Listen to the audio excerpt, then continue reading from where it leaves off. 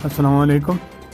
मोहतात driving किसी बड़े नुकसान से बचा सकती है, ख़ासकर जब मौसम ख़राब हो, बारिश का मौसम हो या धुंध हो, तो उस वक़्त तेज़ रफ्तारी से एहतियात करनी चाहिए।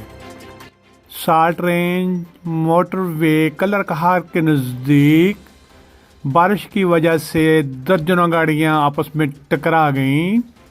टकराने की वजह से गाड़ियों को शदीद नुकसान, लेकिन स्पीड स्लो होने की वजह से किसी जानी नुकसान की इतला नहीं मिली, क्योंकि साल्ट रेंज कलर कहार के नज़दीक कानूनी तौर पर गाड़ियों की स्पीड बहुत स्लो होती है, जिसे पुलिस चेक करती है और भारी जुर्माना करती है।